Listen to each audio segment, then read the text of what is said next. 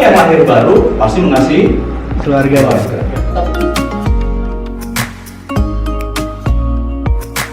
Ada satu titik terang itu. Kita berpindah dari alam maut menuju pada kekekalan. Yes. Amin.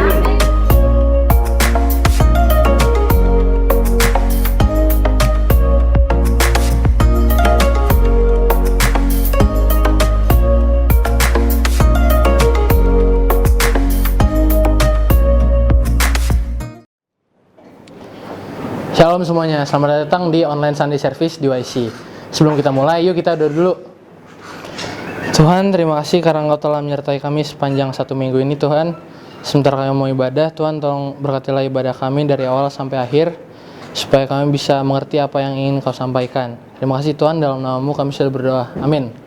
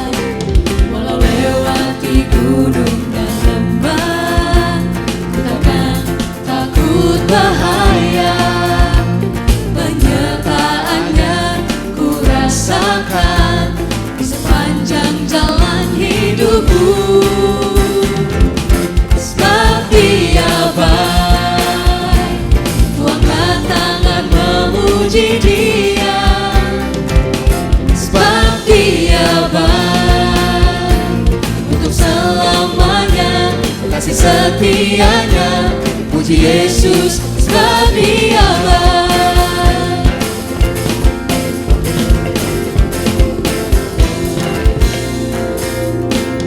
Tahu Allah turut bekerja di dalam segala perkara untuk menyatakan kebaikan bagi yang mengasihi Dia.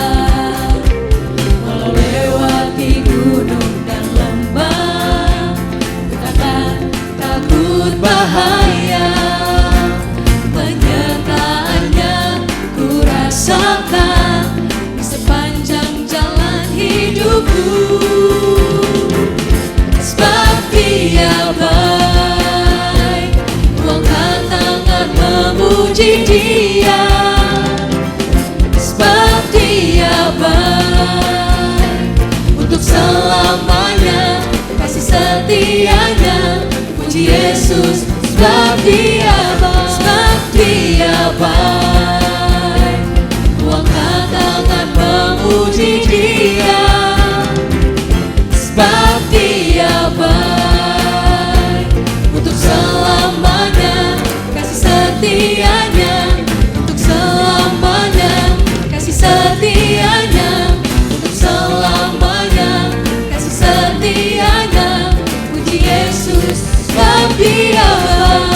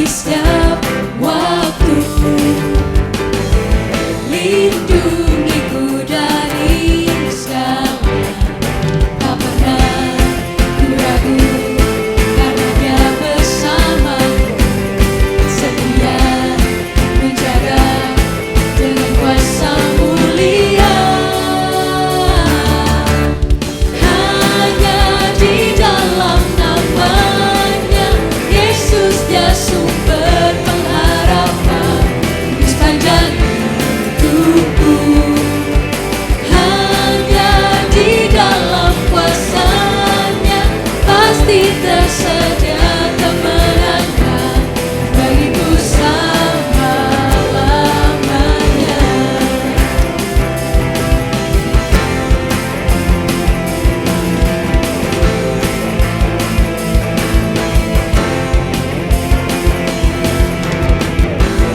Kebenaran yang bebaskan selalu berikanku kekuatan hadapi segala tantangan.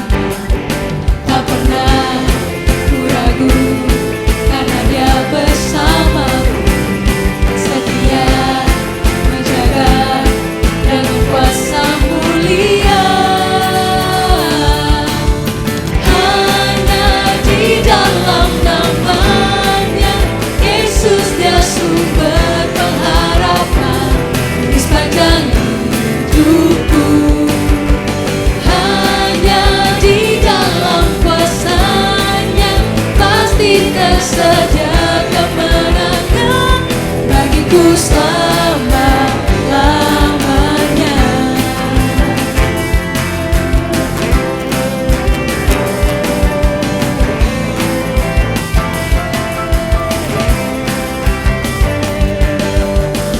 Dalam namanya ada pengharapan, dalam kuasa-Nya kemenangan. Dalam namanya ada pengharapan, dalam kuasa-Nya kemenangan. Hanya di dalam namanya Yesus, Dia sumber pengharapan di sepanjang hidupku. Hanya di dalam kuasa-Nya pasti tersedia kemenangan bagiku selama-lama. Hanya di dalam namanya Yesus, Dia sumber pengharapan di sepanjang hidupku. Hanya di dalam kuasa-Nya pasti tersedia kemenangan bagiku selama-lamanya. Dalam namanya ada pengharapan, dalam kuasa-Nya kemenangan.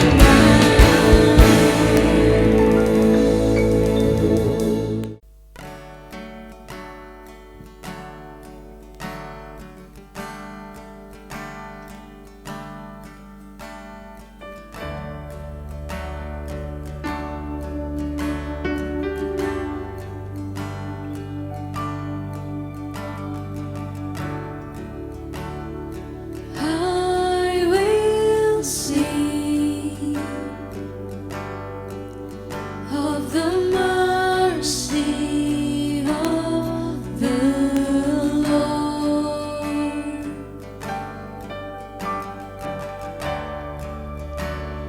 and I will shout of your faithfulness, oh God,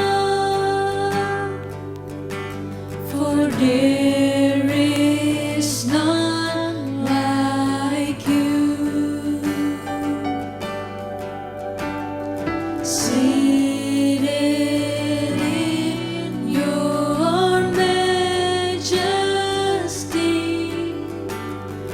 Holy One, I come to worship you forevermore.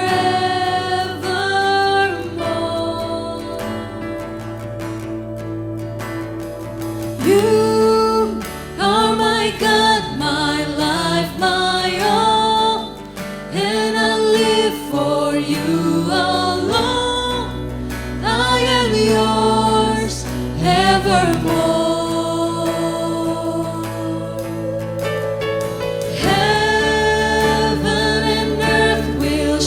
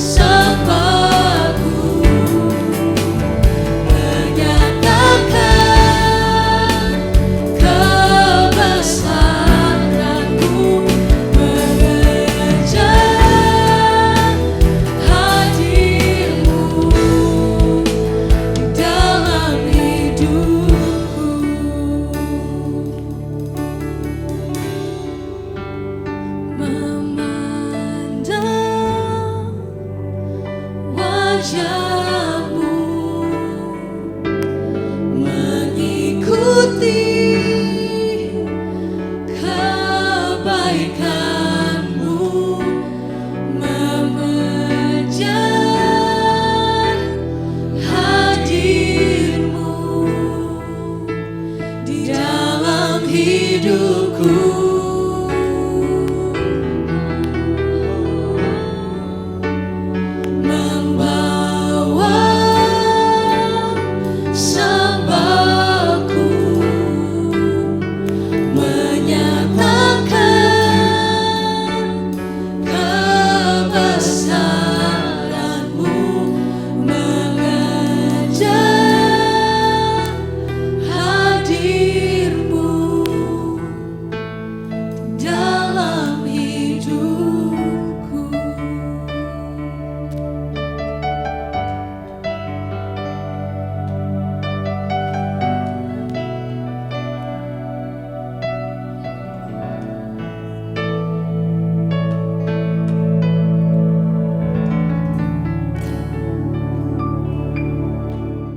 Shalom teman-teman BYC Tamrin. Ya, bersyukur kepada Tuhan karena kita boleh sama-sama berbagian di dalam ibadah pada hari ini. Nama saya Nando, saya dari Bandung. Saya melayani di sebuah gereja dan di sebuah sekolah swasta di Bandung. Nah, sebelum masuk ke dalam pemberitaan firman Tuhan pada hari ini, mari sama-sama kita tundukkan kepala kita berdoa kepada Tuhan. Mari kita berdoa.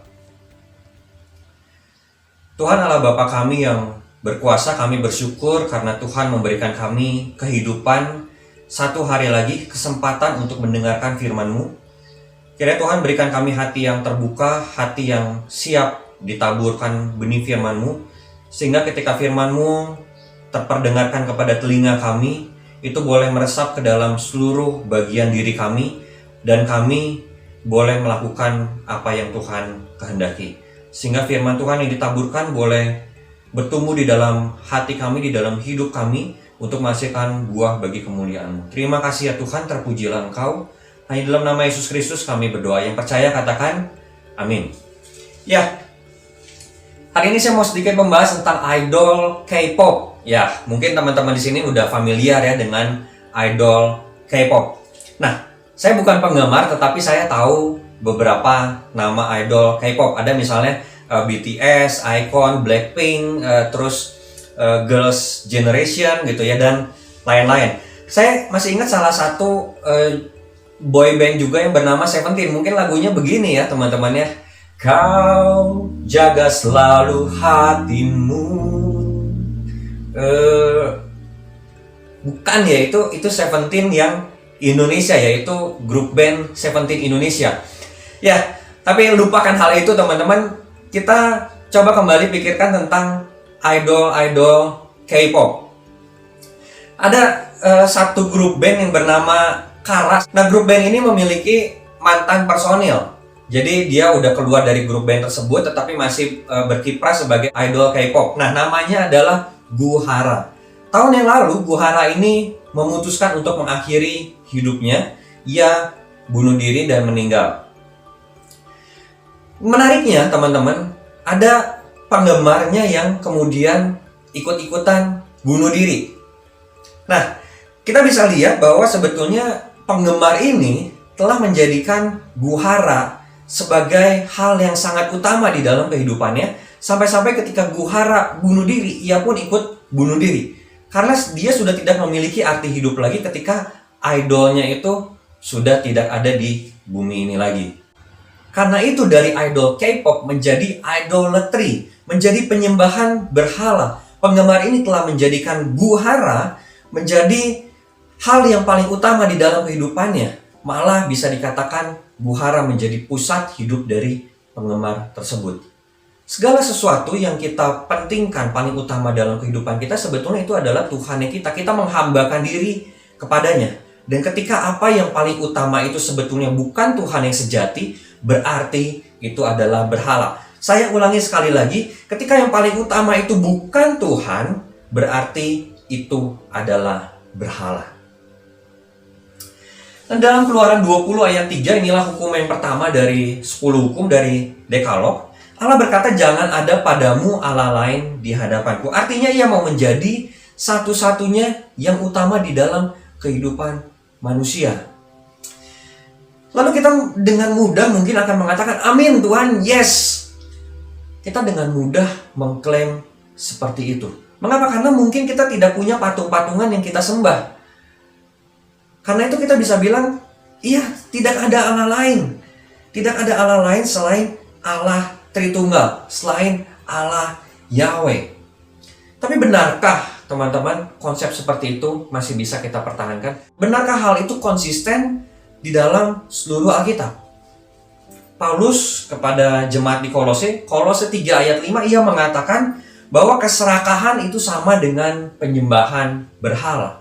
Di mana patungnya? Karena keserakahan itu tidak ada patungnya. Begitu juga di dalam Matius 6 ayat 24, Tuhan Yesus mengatakan kamu tidak dapat mengabdi kepada Allah dan kepada Mamon. Apa itu Mamon? Mamon itu adalah kekayaan, bisa uang, bisa harta benda. Ketika ada seorang muda yang datang kepada Tuhan Yesus, ia bertanya bagaimana Tuhan cara memperoleh hidup kekal. Nah, Tuhan Yesus mengatakan ini. Lalu orang muda itu mengatakan, udah semuanya Tuhan. Lalu harus bagaimana lagi? Tuhan Yesus mengatakan, jika kamu ingin sempurna, maka pergilah jualah semua hartamu dan bagikanlah hartamu itu kepada orang-orang yang membutuhkannya. Tapi apa yang terjadi? Orang muda itu pergi meninggalkan Yesus dengan sedih hati. Kenapa? Karena hartanya banyak. Nah, kepergiannya dengan sedih menunjukkan sebetulnya hatinya terpaut dengan hartanya. Hatinya terpaut dengan Mamon. Siapa yang paling utama atau apa yang paling utama di dalam kehidupannya itu bukan Tuhan, tetapi Mamon, tetapi kekayaan itu sendiri. Itulah berhalanya dari seorang muda yang mendatangi Tuhan Yesus itu. Patung itu bisa menjadi berhala kita, tetapi bukan satu-satunya jenis berhala. Dan kita perlu sadar akan hal ini. Jadi penyembahan berhala itu nggak sebatas ada atau tidaknya patung. Nah, jadi ada berbagai jenis berhala yang harus kita waspadai, dan saya coba kategorikan menjadi 2. Yang pertama adalah barang-barang yang kasat mata seperti patung yang tadi sudah kita bahas sedikit. Tapi selain itu bisa juga boneka kesayangan. Ketika kita mengutamakan yang lebih dari Tuhan, kita menyayanginya begitu rupa, boneka saja pun bisa menjadi berhala kita. Kita juga bisa menjadikan berhala kita, mobil kita, jaket kita, ada banyak hal, bahkan aksesoris simbol-simbol Kristen. Kalungkah, gelangkah, antingkah, walaupun itu simbol Kristen, itu bisa menjadi berhalanya kita. Saat barang-barang itu kita utamakan melebihi Tuhan, itu adalah berhala kita. Sadar atau tidak sadar, kita telah masuk ke dalam penyembahan berhala yang Tuhan benci. Jangan pikir bahwa ketika ada Alkitab seperti ini, dan ketika kita menyayanginya begitu rupa, bukunya ini, waduh, tiap malam kita peluk, kita jadikan ini malah sebagai bantal tidur kita. Kita sadar tidak sadar kita telah memperlakukan buku Alkitab tersebut menjadi berhalanya kita. Bahkan kita menganggap bahwa Alkitab itu lebih penting daripada Tuhan itu sendiri. Hati-hati, Alkitab itu bukanlah Allah. Alkitab itu, buku yang kita pegang itu adalah sarana Allah untuk menyampaikan firman-Nya kepada kita. Dan memang kita bisa bilang Alkitab itu adalah firman Allah, tetapi bukunya itu sendiri jangan sampai kita jadikan itu sebagai berhalanya kita. Begitu juga aksesoris seperti yang tadi telah saya sebutkan, seakan-akan kalau pakai kalung salib, wah kita lebih rohani. Wah, seakan-akan Tuhan beserta dengan kita. No, ini adalah konsep yang salah. Kehadiran Allah tidak ditentukan oleh aksesoris buatan manusia. Sekalipun aksesoris itu melambangkan simbol-simbol kekristenan. Jadi kita jangan salah paham dengan barang-barang yang kita miliki. Semuanya itu bisa menjadi berhala ketika kita menempatkannya lebih daripada Tuhan. Dalam Kejadian 1 ayat 31 tertulis bahwa semua yang Allah ciptakan itu sungguh amat baik. Berarti termasuk emas, perak, bebatuan, dan segala macamnya. Tapi apa yang baik itu ternyata bisa menjadi bumerang bagi kita. kita bisa melihat anak lembu emas. Peristiwa ini menunjukkan bahwa emas yang sebetulnya baik untuk mempercantik diri kita, menunjukkan suatu kegemilangan gitu ya. Emas yang baik itu bisa menjadi hal yang buruk ketika itu diolah menjadi patung anak lembu emas oleh Harun dan bangsa Israel menyembahnya. Jadi apa yang baik bisa menjadi tidak baik ketika kita salah menggunakannya dan Tuhan marah akan kejadian itu. Tuhan murka kepada bangsa Israel. Padahal sebetulnya kalau kita lihat kembali ayat itu, kita lihat bagian itu, umat Israel sebetulnya ingin menyembah Yahweh, Allah yang membawa mereka keluar dari tanah Mesir. Tapi caranya salah. Allah tidak mau disembah di dalam wujud patung. Allah tidak mau manusia memproyeksikan dirinya ke dalam bentuk yang seperti manusia pikirkan, bentuk buatan tangan manusia. Allah nggak mau diperawat seperti itu. Allah adalah roh. Jadi jangan samakan Allah dengan benda-benda apapun yang ada di muka bumi. Allah itu pencipta, sedangkan semua material yang ada di muka bumi ini adalah ciptaan. Jangan jadikan ciptaan yang baik itu menjadi berhalanya kita. Jangan menyalahgunakannya. Jadi ingat, ada hal-hal baik yang Tuhan berikan kepada kita. Tidak salah ketika kita menggunakannya untuk kenyamanan kita, tapi jangan sampai hal itu kita utamakan lebih daripada Tuhan dan kita menjadikannya berhala, sehingga kita masuk ke dalam penyembahan berhala. Karena kita perlu sangat mewaspadai, keluarga kita pun bisa menjadi berhalanya kita. Suami kita, istri kita, anak-anak atau orang tua kita, bahkan pacar kita, itu bisa menjadi berhalanya kita. Di dalam Matius 10 ayat 37, Tuhan Yesus mengatakan, barang siapa mengasihi bapa atau ibunya lebih daripadaku, barang siapa mengasihi anaknya laki-laki atau perempuan lebih daripadaku, ia tidak layak bagiku. Mengapa? Karena itu adalah bentuk penyembahan berhala. Ketika kita tidak menempatkan Tuhan pada posisi yang seharusnya, itu adalah penyembahan berhala. Yang kedua, hal-hal yang tidak kasat mata. Teman-teman, belakangan ini, di masa pandemi ini mungkin banyak orang yang pengen berolahraga gitu ya. Karena futsal atau basket agak sulit dilakukan karena tidak memenuhi persyaratan social and physical distancing. Maka orang mulai membeli sepeda. Karena itu tidak heran harga sepeda, khususnya sepeda lipat ya, melambung tinggi. Saya dengar ada yang 10-20 juta, bahkan kemarin saya sempat lihat di Tokopedia ada yang sampai ratusan juta. Wow, harga yang fenomenal menurut saya. Ratusan juta hanya untuk sepeda. Tapi salah nggak ketika kita punya uang banyak dan kita membeli sepeda yang mahal? Bagi saya nggak salah. Yang salah itu adalah ketika kita memberhalakan sepeda itu. Nah, itu kan sepeda itu kasat mata. Lalu apa yang tidak kasat mata? Nah, ketika kita memberhalakan diri kita dalam artian kebanggaan diri kita. Kita membeli sepeda itu sebetulnya bukan karena kita memberhalakan sepeda itu, tapi karena kita memberhalakan kebanggaan kita, ego kita. Kita ingin dipuji, disembah seperti Allah ketika kita membawa sepeda dengan harga ratusan juta itu. Itu adalah penyembahan berhala.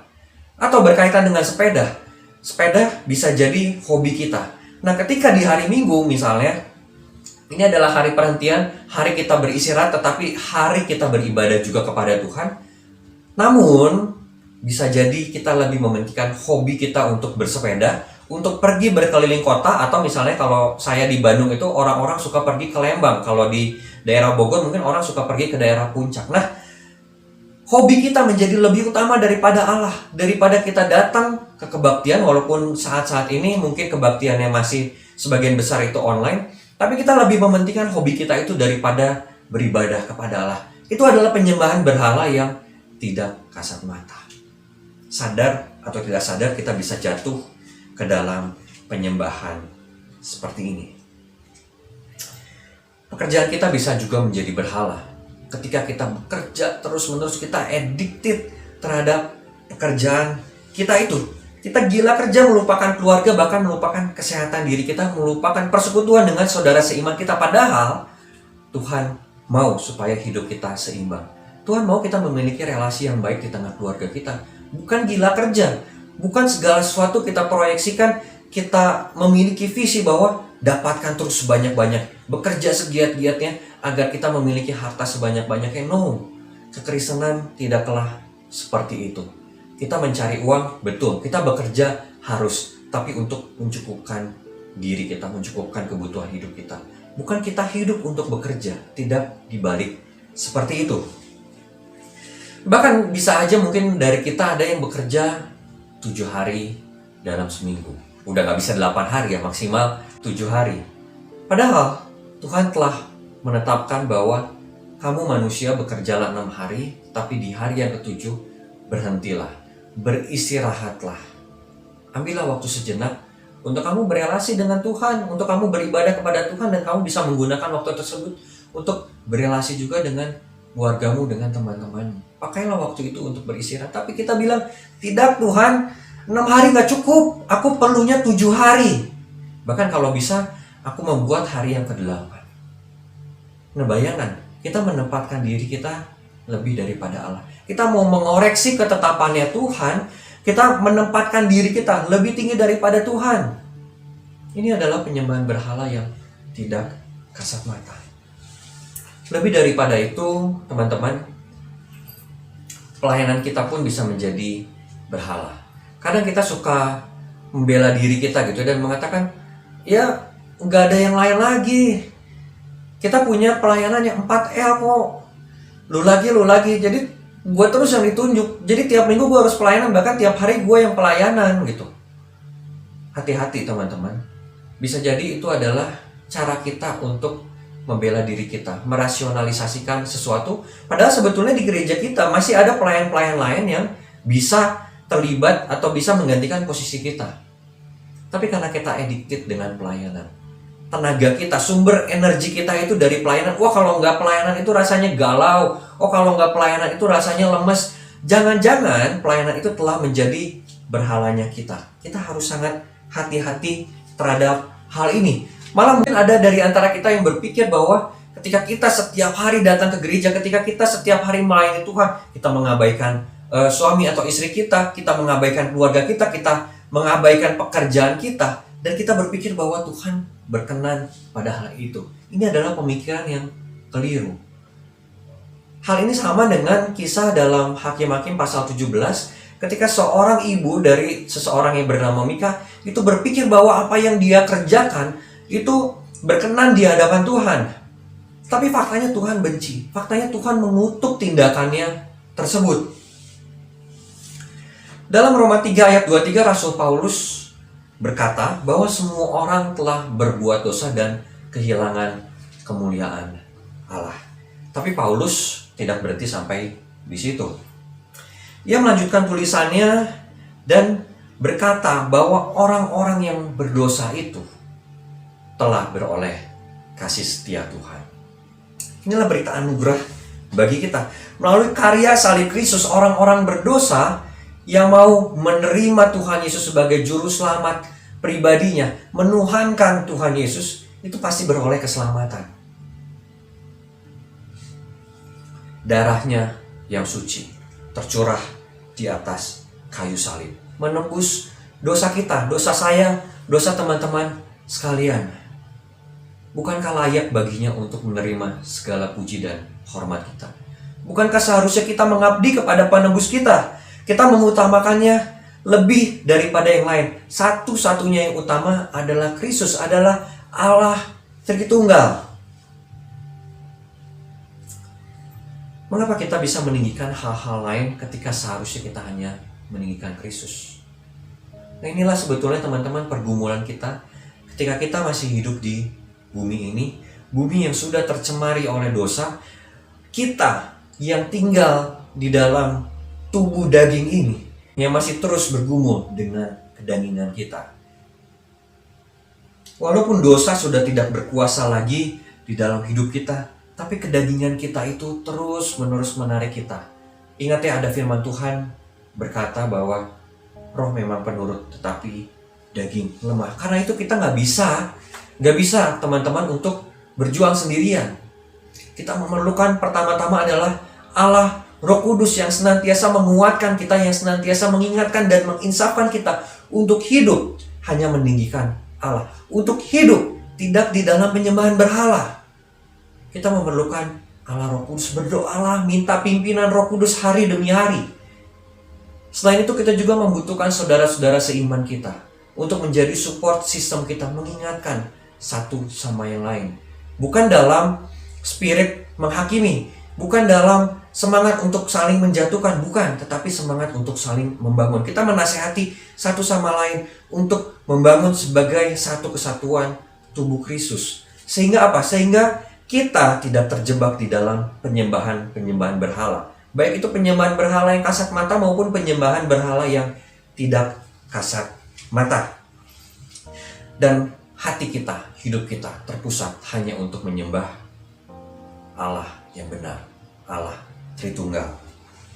So, it's okay to idolize K-pop idol, but leave idolatry and worship God Trinity only. Mari saya ajak kita semua untuk menundukkan hati kita di hadapan Tuhan. Sebelum nanti saya akan mengajak kita berdoa.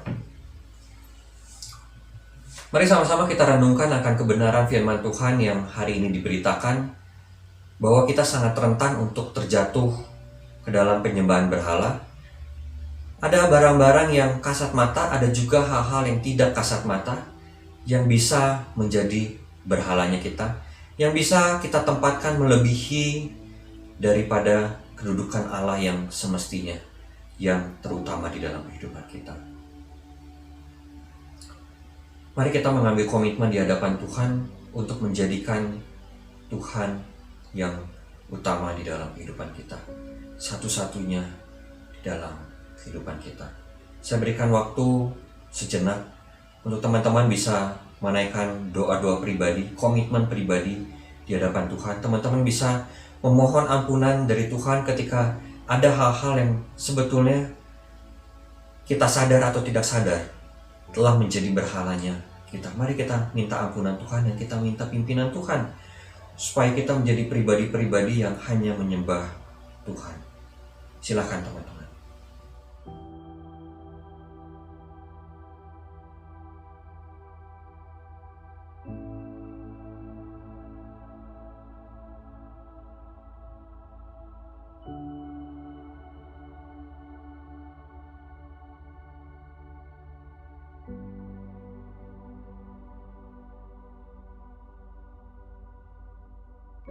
Mari kita berdoa. Bapa di surga, Engkau mendengar setiap komitmen yang telah disampaikan anak-anak-Mu, para remaja dan pemuda dari GKRI Tamrin, komunitas DYC. Tuhan, kiranya komitmen mereka Engkau yang materaikan. Teguhkan mereka supaya mereka menjadi penyembah Tuhan yang sejati. Mereka tidak terjatuh ke dalam penyembahan berhala yang seringkali tidak kami sadari. Begitu juga dengan hamba, karena kami rentan ya Tuhan, kami rentan untuk terjatuh ke dalam penyembahan berhala. Ampuni kami bila seringkali kami tidak menyadari bahwa kami sedang menyembah berhala, atau malah ampuni kami lagi Tuhan, terlebih ketika kami menyadari hal itu adalah berhala kami dan kami masih tetap mengutamakannya. Ampuni kami, ampuni kami. Pimpin kami ya Tuhan di dalam kehidupan kami agar kami hanya meninggikan Tuhan. Terpujilah Engkau ketika hamba-Mu ini selesai berbicara. Engkau ya Allah Roh Kudus senantiasa mengiring setiap kami, senantiasa mengingatkan dan menginsafkan kami, menegur dan menasihati kami, supaya kami menjadi penyembah Allah. Terpujilah Engkau, di dalam nama Yesus Kristus kami berdoa dan bersyukur. Amin. Tuhan memberkati.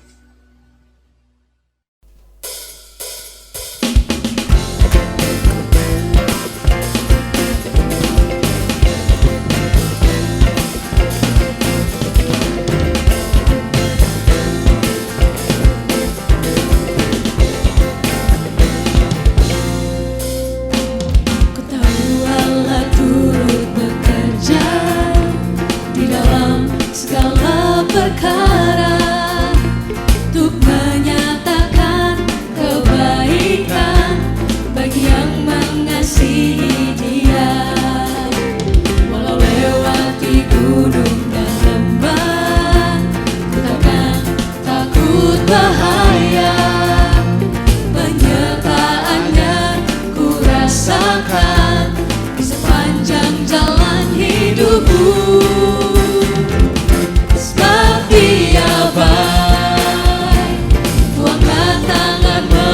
memuji Dia, sebab Dia baik untuk selamanya, kasih setianya.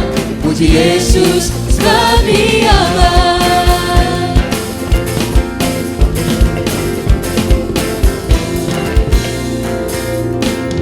Tahu Allah turut bekerja di dalam segala perkara untuk menyatakan kebaikan bagi yang mengasihi Dia.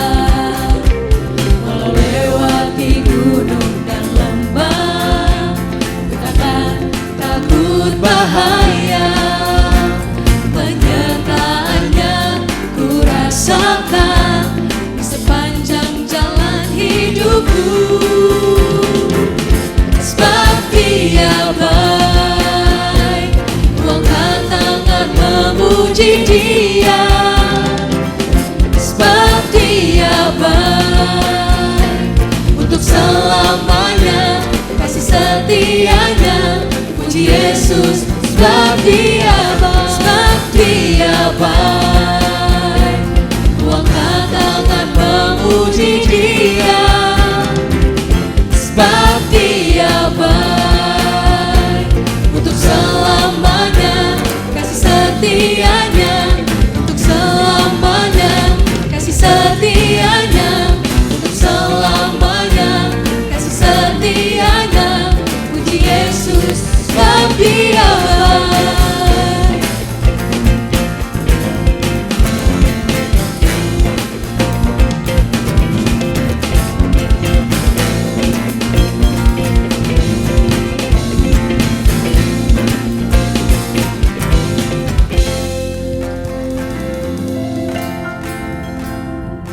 Saudaraku, diberkati dengan firman Tuhan hari ini. Amin. Puji Tuhan. Dan diberkati dengan puji-pujian dan mengalami perjumpaan dengan Tuhan secara pribadi. Amin. Yes. Terima kasih juga buat Bro Nando yang sudah mengajar kita dan membagikan firman Tuhan untuk kita bisa pelajari bersama-sama. Dan saudaraku, mari kita bangkit berdiri. Kita akan berdoa untuk menutup ibadah kita pada siang hari ini. Mari kita bersatu dalam doa. Kami bersyukur sekali lagi ya Tuhan untuk anugerah-Mu. Kami boleh beribadah, kami boleh memuji, kami dilayakan untuk kami boleh belajar dari firman-Mu ya Tuhan. Terima kasih ya Tuhan buat siang hari ini. Kami boleh diberkati, sangat diberkati ya Tuhan. Dan sekarang kami berdoa Tuhan untuk Bro Nando. Tuhan berkati beliau, Tuhan berkati keluarganya, Tuhan berkati pelayanannya.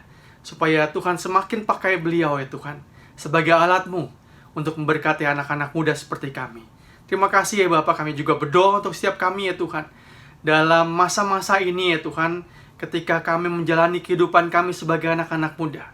Mari Tuhan, asah terus kami ya Bapak, ajar terus kami ya Bapak.